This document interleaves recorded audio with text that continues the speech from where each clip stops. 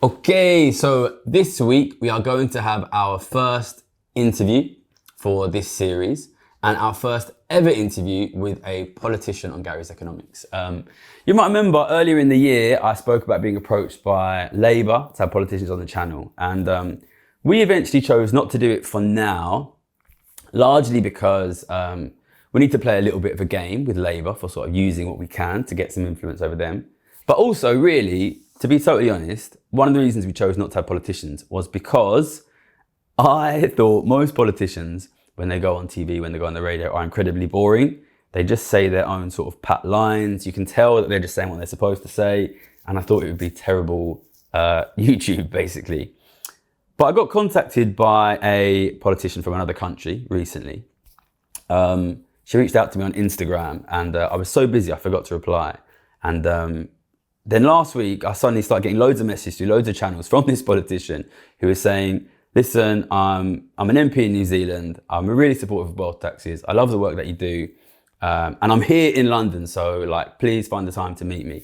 So I researched her a little bit, and I saw that there was this co-leader of the New Zealand Greens who's been massively supporting wealth taxes for a long time. I went out and met with her last weekend, and she seemed, if I can say honestly, like somebody who was not boring and could talk honestly and was a little bit thoughtful about what was happening. We're here in this space now where the channel's grown a lot, and we're starting to try and figure out how to influence politicians, how to get involved in politics, how to actually make wealth taxes happen. So I met with her last weekend, and I said, you know what? You seem like a politician who can actually speak, is actually cool. You've flown thousands of miles to be here. We're shooting on Wednesday. Why don't you come around and shoot? So this week, our first ever politician on the channel is going to be an interview with Chloe Swarbrick, co-leader of the New Zealand Greens. All right, so first of all, thank you for flying out here, coming such a long way. Thank you very much for coming on the channel. It's a pleasure to meet you. Some of our viewers won't know who you are, so would you be happy to introduce yourself a little bit? Yeah, for sure. My name's Chloe Swarbrick. I've been involved in politics since I was 23 years old. I guess the long and short of it is that I raged so hard against the machine, I somehow ended up inside of it. I'm now 31 years old, and was elected in 2017 as a list MP. So we have something called mixed member proportional, so proportional representation in Aotearoa, New Zealand. And then in 2020, I became the MP for Auckland Central, which is the centre of our largest city, which is a city of approximately 2 million people. Okay, so what made you, when you first became an MP, is that the right term? You were, how old were you? 23. So what made you so keen to get in at such a young age? I was so angry, man. Yeah. Okay, what were you angry about? So I had spent about 4.5 years on this little radio station called 95 BFM, number one alternative radio station in Auckland. And I'd been interviewing these politicians and community leaders and researchers and academics, and had never really understood why all of the people who had dedicated their lives to solving these problems were saying one thing and the politicians were saying the other. And in 2016, the local body elections were coming up, and I was interviewing the kind of top 4 candidates for the Auckland mayoralty as prescribed by the mainstream media. And I'm a born and bred Aucklander. We've got a lot of problems as a city, but as far as I was concerned, they were our problems, and we had to kind of stay and fight and fix them. And we were experiencing the brain drain at that time. A lot of my mates were leaving the country for greener pastures, for lower cost of living, for better job opportunities, and God forbid, functional public transport and a decent nightlife. I was complaining about it to my good mate and producer at the time, and she was like, "Shut up, Chloe, go and do something about it." So I Googled how to become the mayor of Auckland. I found you had to be over the age of 18, had to pay $200 for administrative fees, and had to have 2 people nominate you. So I was like, okay, cool. I had absolutely no political experience, no idea what the hell I was doing, had never been involved in a political party, put myself forwards and just had this really basic thesis or idea, I guess, that God forbid we put ideas on the table and, regular people engage with those ideas and we work together to try and make things better. And obviously I was so young at the time, a lot of people would go at me because of my age, and I'd kind of go, well, very clearly, any politician that stands in front of you and tells you that they know everything, regardless of their age, is either lying to you or completely lacking self-awareness, and I'm not sure which of those is worse. So I'm never pretending to have all of the answers, but I'll be crystal clear about what I believe in and want to work with the experts and the people who do know what the answers are, and let's just try and make something of that, So I want to talk to you a little bit about politics because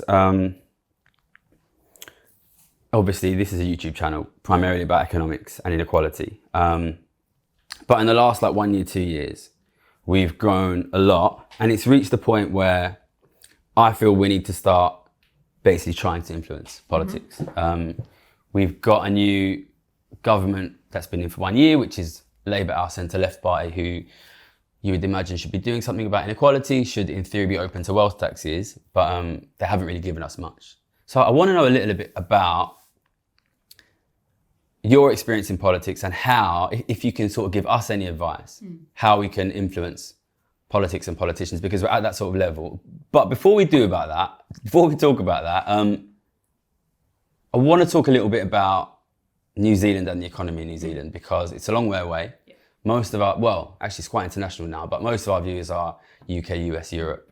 They might not know that much about New Zealand, you know, other than Lord of the Rings, this kind of stuff. So could you give us, like, summarize what you think are the most important things we should know about the country, the economy, the economic situation, just a few ideas how you think it might be similar to what it's like here in the UK, Europe, the US, how it might be different? Yeah, for sure. So, look, first thing I'll say is I love and adore my country. Obviously, I wouldn't do what I do if I didn't. And I think that we, like so many other countries, have an amazing pool of phenomenal people who are incredibly hardworking, incredibly creative, and incredibly talented. But the problem is, much like here, they are stymied or blocked from reaching their full potential because of the way that the economy is rigged in favour of those at the top. So to start unpacking that, we had some research that was commissioned actually by the former Labour government in 2023 from the Inland Revenue Department, our tax department. And what that showed is that at that point in time, the wealthiest 311 households had a combined wealth of approximately $85 billion. That was more than the bottom 2.5 million New Zealanders combined. Bear in mind, Which this is in a more than country, half the population. Yeah, this is a country of 5 million people. So that kind of stratification of wealth, right, was exposed not just to be kind of an accident or something that just happened. It is a direct consequence of what that report also exposed, which is that we have a tax system that sees those at the top pay an effective tax rate less than half of that of the average New Zealander.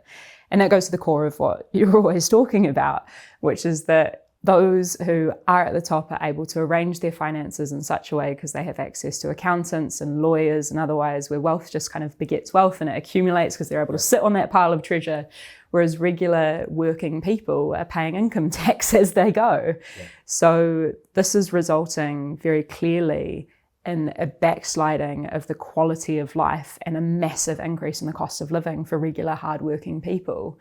And I think that really contradicts the egalitarian ideas that we have, not only of other people projecting onto Aotearoa New Zealand, but also that we even have of ourselves, right? Okay. And I think that, you know, another really important point is that we are an outlier in the OECD as the only country in the OECD that doesn't have a form of wealth tax, inheritance tax, or even a capital gains tax or stamp duty. None of any of those? None of those. Okay. And the political debate is so bloody constrained. It is so frustrating because whenever we try to talk about fixing those scales, right, there's this kind of appeal to, like, in some ways, this imported notion of the American dream, or this bizarre reference back to how, you know, in our heads we're egalitarian, whereas very clearly in experience and evidence we're not. So I think a lot of British people probably do have that kind of perception of New Zealand, which is that it's more equal.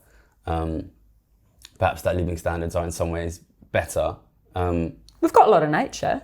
Yeah. But it's interesting to hear then if you actually, from what you just described, the tax system of New Zealand is even worse from an equality perspective than the tax system of the UK. And my sort of big idea, which I always push here on this channel, is if you don't tax rich people, what will happen is they will accumulate a lot of money very quickly, and they'll use that to buy their assets. And what you'll start seeing is house prices going up, housing becoming less affordable. So I went on the radio yesterday to do like a call-in, taking calls.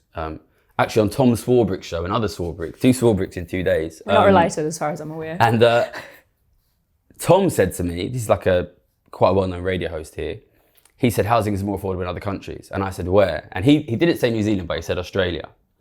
So, you're coming here telling me that the tax situation in New Zealand is even worse. What's the housing affordability situation? It's cooked, mate. So on some metrics, we'd have some of the most unaffordable housing in the world. And part of the reason that right now house prices are stabilising despite the current government's best efforts with giving tax breaks out to landlords and changing the bright line test by which, people end up paying taxes, we are now seeing a stabilising or a slight reduction, but that's despite the government's best efforts. So we've got quite a conservative government at the moment. Some economists have characterised our economy as more of a housing market with bits tacked on the side. And I think that this kind of is part and parcel of what we were talking about before with how this kind of inequality compounds, right? Is people are working so damn hard. So many regular people are working so damn hard as house prices has escalated before their very eyes over the last, few decades. And now regular people are having to rely on what's colloquially known as the bank of mum and dad in order to get into their first house. Okay. And that then kind of creates this cultural norm where nobody wants to create a situation where it's seen that housing would end up being taxed. Yeah. So the problem continues to perpetuate and we end up in this kind of parasitic feedback loop, which is squashing regular hardworking people. This is really, it reminds me so much of what's happening here, which is you have this situation where, because the rich are not taxed, they're accumulating all this money. And that pushes house prices up in an obvious way because you are competing with them to buy the houses, They don't need to buy them themselves, they can just lend the money for the mortgages. If you have these guys who are sitting on the side and they're going to buy anything that has a return of, just 5%, unless the house price is above here, they're going to buy it. So you have to pay this enormous amount. But then what you get is this kind of perverse reaction, which is because people know then that unless you own wealth, you're like totally screwed. They then become resistant to the taxation of wealth. And my big challenge here is to try to communicate to people, if you don't tax the wealth of the very rich, you are the one who's going to be squeezed out. You're not going to beat them in that game. And one of the reasons why I was keen to have you on is because here in this country, we get a lot of people leave this country to go to Australia, to go to New Zealand, in this pursuit of better living standards, maybe a more equal society, maybe more affordable housing.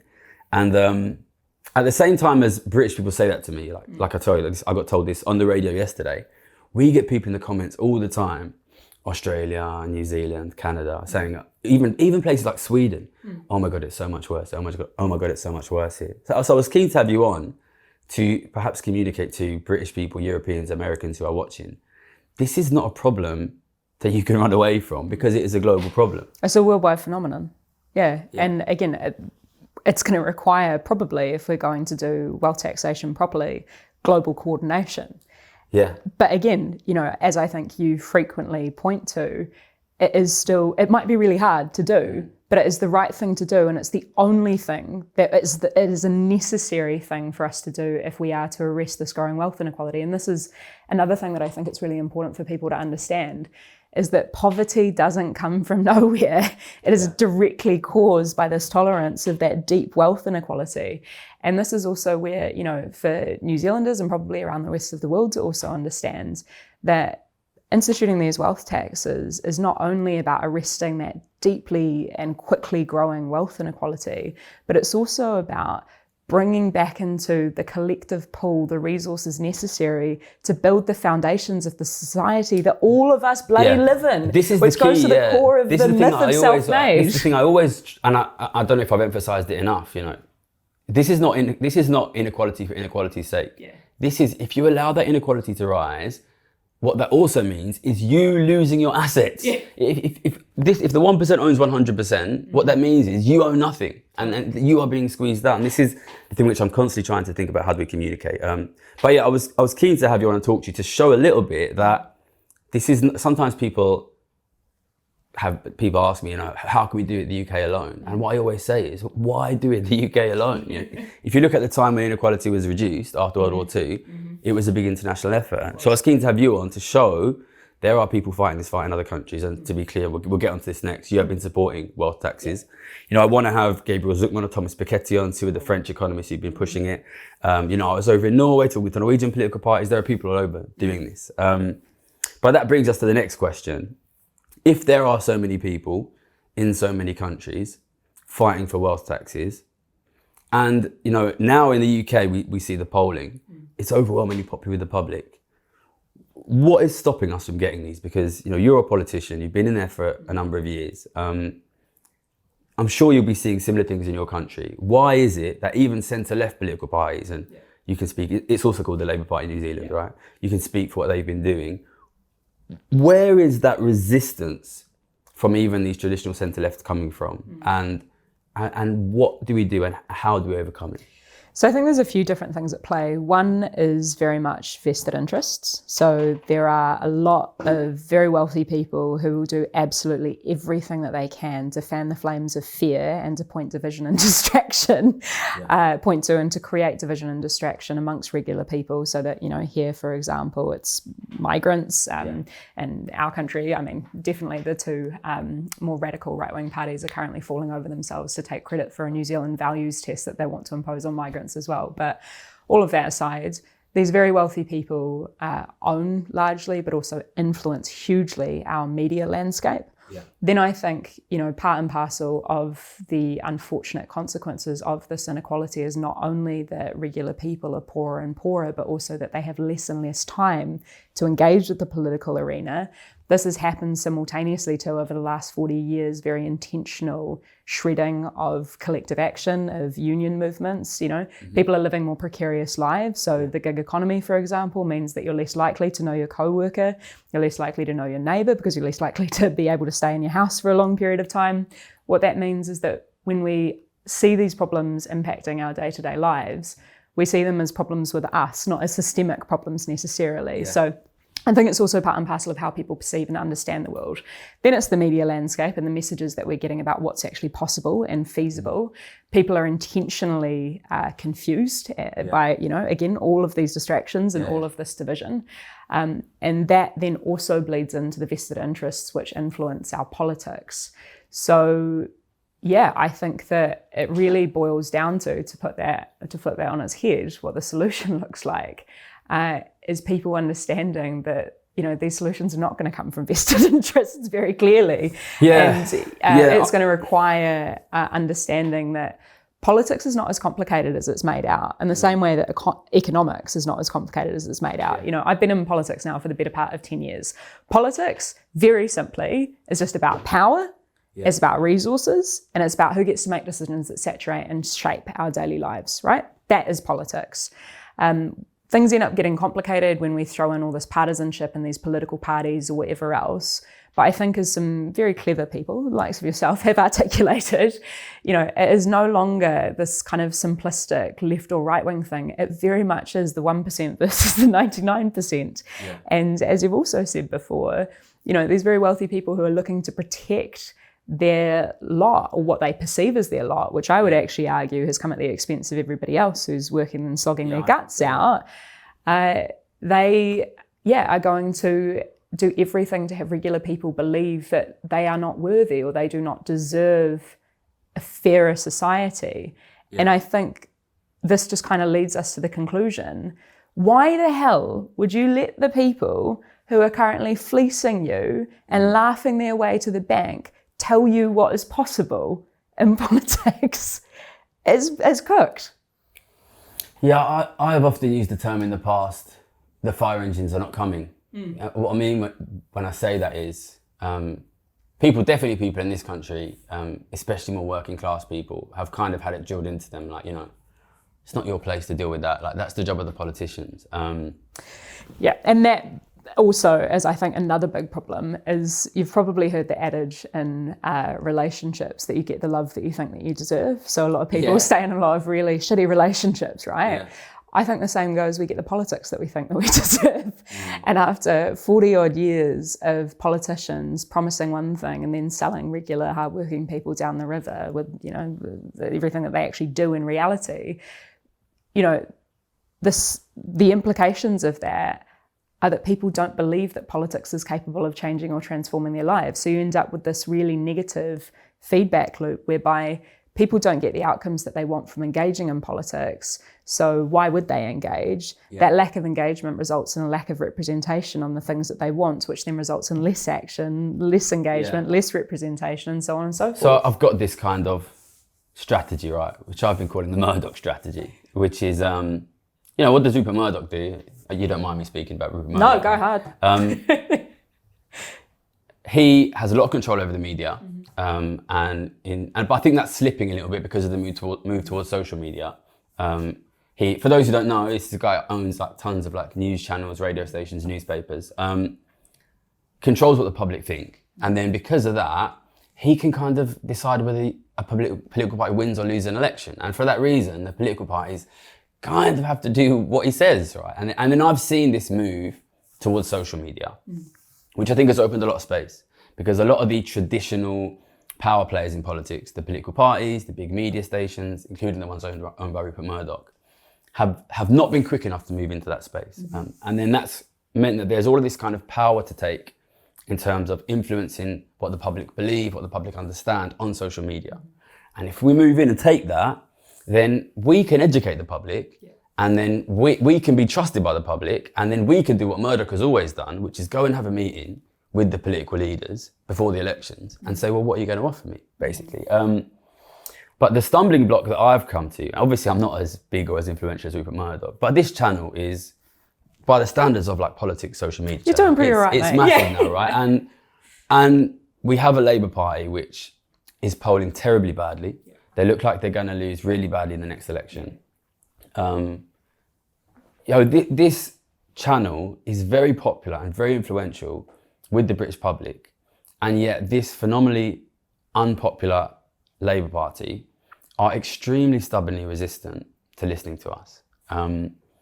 So as somebody who's been within politics, and I guess I know you've been supportive of world taxes for a long time, maybe you've had similar experiences yourself. Have you got any advice for like what can we do? What should we do? Should we change our strategy in trying to influence Labour? Should we forget about Labour and just go straight for the public? Have you got any advice about what we should do? Oh mate, if I had advice to give you, we would have sorted out all our problems, right? But I think that this is kind of exposing the fact that I've been here now for a few days, and I've been meeting with some phenomenal people, like yourself, and some of your local politicians and economists, and I'm going to meet with some more, the likes of Piketty and Zuckman. And what I am learning is that nobody has solved this problem. There is no clear answers, which leads me to the conclusion that we have to get our bloody hands dirty. I am part of so many conversations with so many smart people who paralyze themselves by falling over, needing to be right or having all of the perfect plans before we just start moving on it. And I guess in the most simplistic way, there's kind of two broad spheres that we can bring about change in, and they're very interconnected. So the boundaries between them are really porous and open. And that's kind of structure. So the structures of society, our legislation, regulation, funding, taxation systems, the incentives, subsidies, trade agreements, treaties, procurement processes, contracts, etc. That's like the blueprint or the coat hooks or the social contract as it's written down in black and white. But that stuff gets its legitimacy from and can be delegitimized by culture. And this is really important, because culture here I'm defining from a design thinking perspective, which is about a shared set of values. And when you understand culture as a shared set of values, you can come to understand how we create this thing called society, which we all live in, with people from all of these different backgrounds who come together to prioritize, whether it be implicitly, not talking about it, or explicitly, intentionally working through that, democratically, hopefully, what those values actually are. So that's kind of the glue that binds society together, right? And if you think about the different leverage points for changing culture, so therefore creating the environment conducive to structural change, to changing politics, to changing our laws, to changing our tax system, it's things like media, which, as you've just talked about, is being massively influenced or undercut now by the social media landscape. It's things like education, which is really important, but it takes a really bloody long time, especially if we do that through the compulsory education system. But more fundamentally, it's about community building, I think. And this is where we have to be honest with ourselves about the really hard graft that is obviously the likes of petition and protest, but more than that, conversation and regular people feeling confident and capable enough to talk to each other about what these problems are, understand that they are shared problems, they're not our own individual problems, they're systemic problems, and then work together organizing to try and change that. So I guess, that's a roundabout way of providing the context to answer your question, which is that if we are to get the critical mass necessary to make this change politically, then we need more regular people who know that they are just as bloody entitled to have an opinion on something, to approach their politician and to make a political impact as the Rupert Murdochs of this world. Yeah, this is pretty much in line with what I've been saying, which is I think that there's a lack of compelling, cohesive, popular political messages at the moment. I think we've moved into a space of kind of broad lack of faith of politicians. But I think that provides a lot of opportunity for like individuals acting as amplifiers of a message. So like the popularity of this channel, we've never spent a penny on advertising. It's word of mouth. Yeah. It's word of mouth, right? And I keep saying, if everybody convinces one person, then you get everybody. And I do think there's huge space to grow that through conversations. But on that topic, I can't talk to you today without bringing up the subject of rising anti-immigrant sentiment, the increased popularity of the far right. There was a huge rally here this weekend just gone, by the far right here in London. I think they have really, in a sense, done a good job of spreading a message through social media, through people, through communities. And they've tapped into real anger. Yeah, when you talk about conversation, I worry a little bit. It's making conversations more difficult, because I feel that this country is moving a little bit more towards the kind of very divided society that you see more so in the US, where you're either on one side or the other side and people can't really talk. What's the situation like in New Zealand? Do you have a rising far right? Is it similar? Are similar things happening? And what can we do about it? I mean, I don't think that it would be remiss of me to say that we've got the most right-wing government that we've had in a generation, and they are very intentionally shredding the social safety net. So they put a hiring freeze in our healthcare system, which is, resulting in people waiting hours and hours in emergency departments. Our education system is, falling apart at the seams. And again, none of this is for lack of the amazing people in those systems really trying, but they're burning out.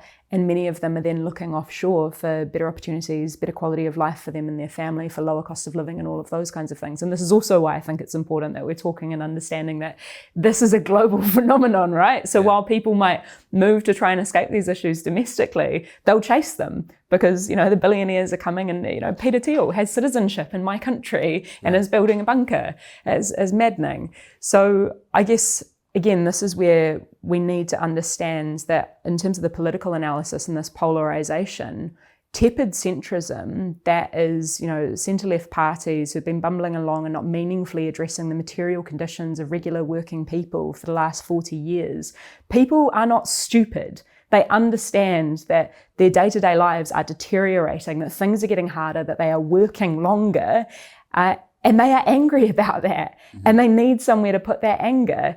And the kind of major proposition from supposedly left-wing parties or centre-left-wing parties over the last 40 years, and particularly the last 10 or so years, has effectively been tokenism. It's been going, well, we're going to put one person from a structurally marginalised community into a position of power, not change the power structures, not deal with any of the fundamental issues in society, but we're just going to kind of put a gloss on hyper-capitalism and this deeply entrenched inequality. And, I think that in turn has meant that there is a space for the far right to kind of enter and go, okay, well, it's that person who's been placed into that supposed position of power, this historically structurally marginalized person. Well, they're the problem, it's the gays or the migrants or whatever. And this is where I think to kind of come back down to earth and to think about how we do tangibly and realistically that organising that I was alluding to in those conversations. I kind of come back to this really basic point. One of the first things that I wanted to do when I became co-leader of the Greens in Aotearoa was to go and talk to the coal miners. Because so frequently, obviously, green movements are pitched against working people, particularly working class people in, these industrial areas. So I don't have beef with coal miners. In fact, I want them to live good lives, but we obviously need to decarbonise our economy if we're going to have a future and a livable planet. So went down to the west coast of the South Island, and I love nothing more than a challenge of talking to people who think that they'll hate me. And, you know, after talking through some of those initial assumptions about who I was and what I was there to do, we kind of then immediately get down to the brass tacks of it. And it's crazy. At the end of the day, all these guys wanted was a decent income to be able to stay in their community and feel a sense of pride in what they do. Yeah. Those are things we can agree on. That is the broadest base unifying thing that brings together people in my country, people in your country, regular people across the world. Yeah. It's the foundations of Maslow's hierarchy of needs. That is where we will find our solidarity. That is the stuff that we can agree on. So I think that, you know, when it comes to kind of trying to reach across the aisle and talk to these people who are in these incredibly angry spaces and are being co-opted and manipulated by the far right, obviously that's not a role for particularly those who are subjected to all of that hatred. But I do think those of us who have a familiar or a family connection, if we can just kind of spend the time and ask people why they think the way that they do and how they kind of came to those conclusions, you know, people will come to unpack. And when they are talking about why they think the way that they do, they will start to acknowledge themselves, if they're genuinely being listened to, that maybe there are some gaps in their logic. Yeah, I think often there's less between some of the people who are supporting what we do, who want a wealth tax, and some of the people going on these marches than you might think. And I've seen some guy, there's a YouTuber here called Jimmy the Giant that I like. Oh, and I think it was he tweeted it, but I think it was on Politics Joe. They went and they spoke to some of these guys at the marches. A lot of these guys want wealth taxes. Totally. And I think the situation we have here is, you know, everybody hates the Conservatives. It's understandable. People are starting to hate Labour becoming, and that's understandable as well.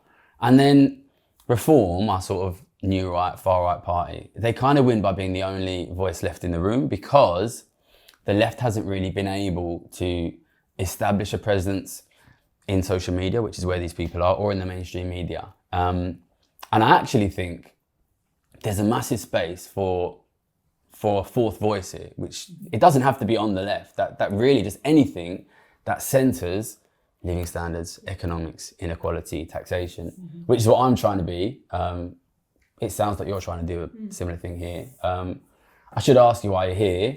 You're obviously co-leader of the New Zealand Greens. We've got a new leader of our British Greens. And Zach Polanski, for those who don't know. He's great. He seems to be looking to do a similar thing, which is focus a lot on the economy, focus on inequality, be there on social media, be loud, make a voice. Any opinions on him?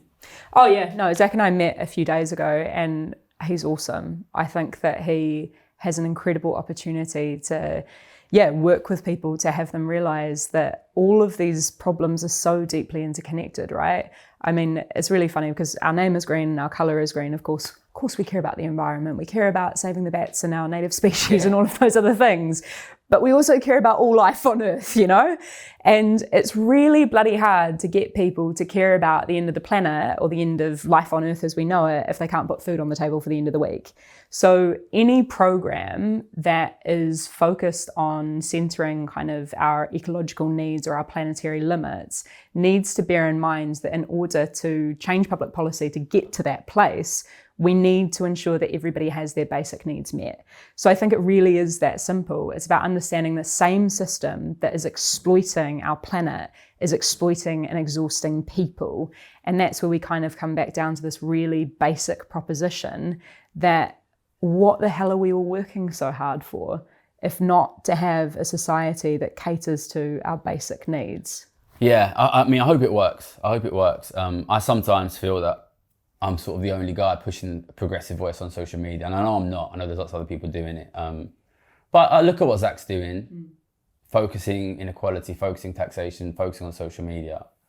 And I hope it works, because then I could go on holiday and feel like someone else is doing it. He's got a really clear message. And I mean, this is kind of always my call to action to anybody who, you know, is maybe sitting there at home and going, she doesn't know what the hell she's talking about. Well, get involved then. Get your hands dirty. Yeah, I will take critique from anybody who is willing to bloody try. Yeah, and you know, if enough of us try, then we'll win. I always say that. But let's not fight in the background, right? Let's bloody there's do a lot it. of too much bickering. I see too many circular firing squads. But I know you've got to go soon. Before you go, I get criticised a lot for being quite pessimistic, and because I am quite pessimistic. And given the mood in this country at the moment is quite pessimistic. But I try my best to finish on messages of hope. So I'd like to ask you before we finish. Do you feel hopeful for the future? Is there something you feel hopeful about? What gives you hope? I feel incredibly hopeful about the future. I wouldn't be able to do what I do if I don't. I travel around my country and I've obviously been on the other side of the planet for the first time in several years of late. And whenever I feel a sense of pessimism or despondency or whatever you want to characterize it as, just look for the helpers and you will find abundant people who are doing their bit day in and day out in ways big and small to make the world a better place. And if we start connecting the dots between all of those actions and those practices of people living their values and doing the right thing, and we scale that up, then we've kind of changed the world overnight, So yeah, I feel an incredible sense of hope. And I think that it's about people realizing, and this is my kind of classic go-to, that inspiration is not a reason to put somebody on a pedestal and go that person's going to solve all of the world's problems. Clearly they're not. If you look at all of the amazing things that human beings have been able to achieve in the arc of history, civil rights, gay rights, women's rights, whatever, it has always been regular people working together at scale to change our politics up against some of the most heinous and difficult barriers that you can possibly conceptualize and imagine. So inspiration is a mirror. It is you seeing in somebody else actually something that you admire about yourself. And that is an invitation to participate and to be part of something bigger. And the kind of co-benefit or the other really awesome thing about that is our mental health will be so much better for it. I hope so. I think we can make it better. I think we can, and I think that we have to, and I think that the process of trying, we need to have some fucking fun. I'll try my best. That's never been a specialty of mine. But thank you very much. First ever politician on the channel. Thanks for coming all the way over, and good luck for your work. Nice to meet you, Chloe Swarbrick. You too, mate.